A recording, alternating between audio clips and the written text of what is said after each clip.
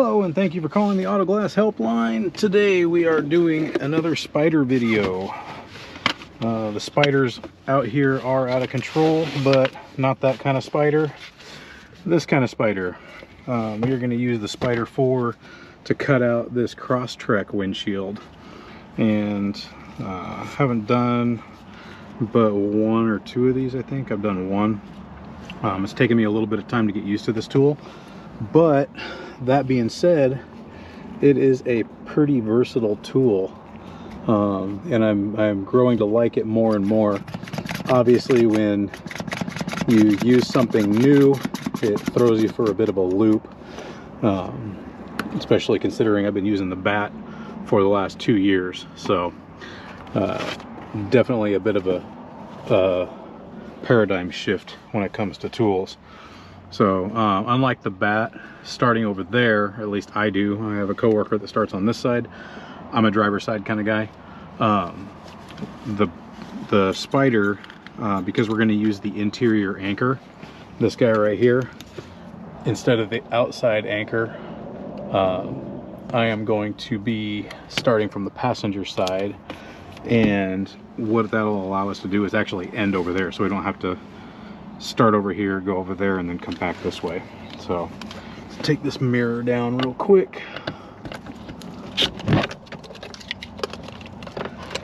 Get that out of the way. And then we're going to pull our line over here and then switch sides real quick.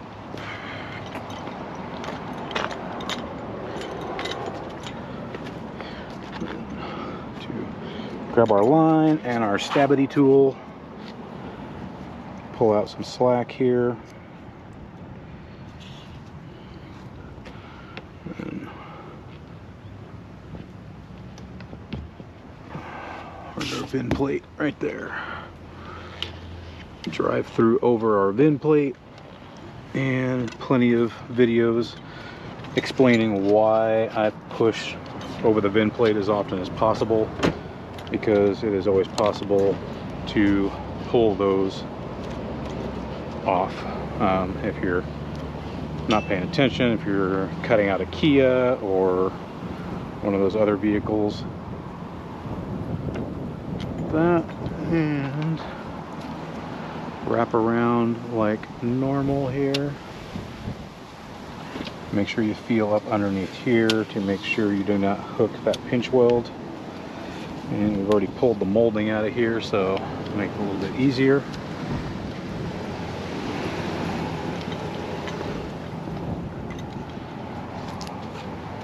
Around. Make sure you are under your glass and not in between the layers.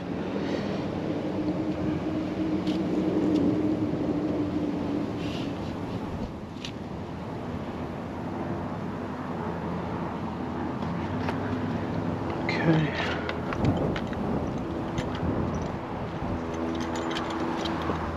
And make sure our line is up here. And put our guards in.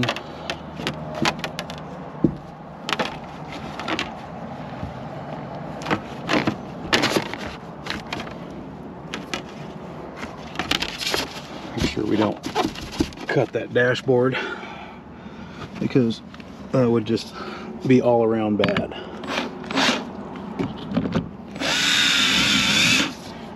And let's see here. Going to give ourselves a little bit of slack here. We only need a little bit for one of our movements when we go from here to up here. Sometimes you need it, sometimes you don't. We're going to add it just in case.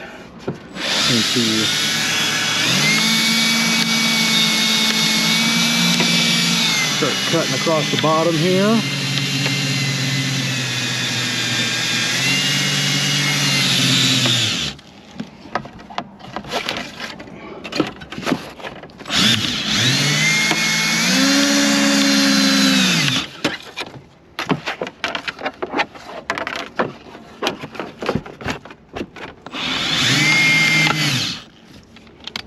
And we're only pulling to about 90 degrees, maybe a little bit past. So and back that off. This is one of those situations where listen to your tool it will tell you when you need to stop.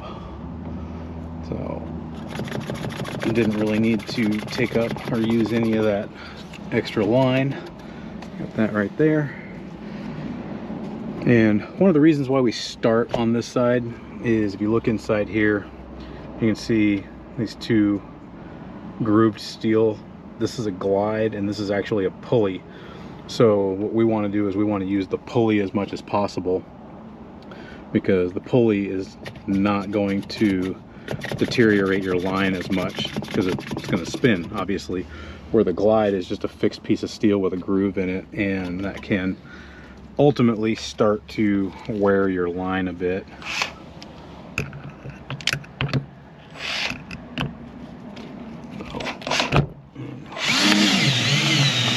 Come around the corner here.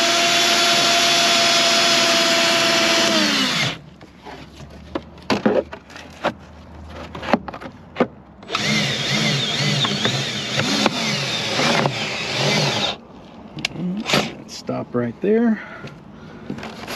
Pull these out. Put one over there for that corner and switch sides.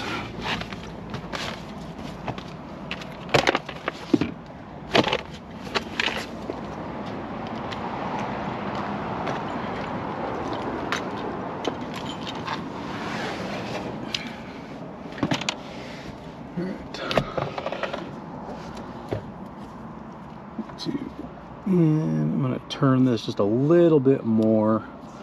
That way when we wrap this corner, we actually pull.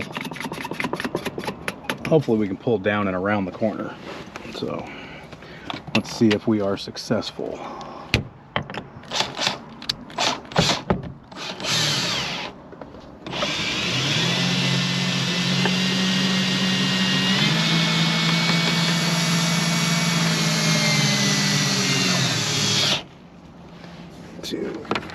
Put this guy down here just in case we start to pull up.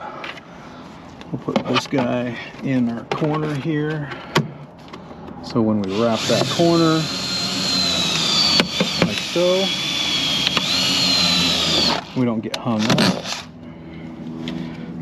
Right, and one more move, and right here we are going to allow ourselves to cross the streams here.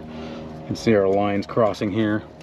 You don't want to do this and pull it around the backside, because what that's going to do is that is going to pull your line in between your cup and your tool body, like you can see right there. So just allow that line to come over the top and cross the streams, come down low, so you're pulling across.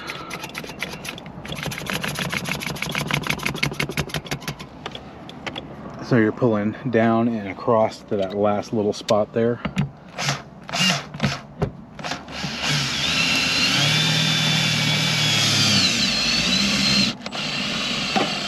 Just like so. And just like that. Suck up some of that slack. We'll put that guy back on there, and just like that, Spider 4 windshield removal on a Crosstrek.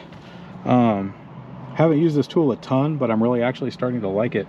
Again, after using the bat for 2 years, you kind of get used to one thing, but this is definitely a versatile tool.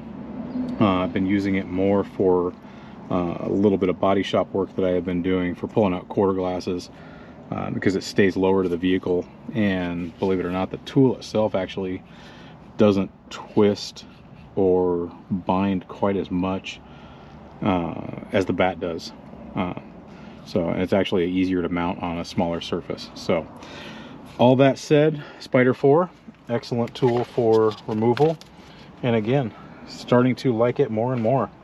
So all right, until next time, folks, thanks for watching.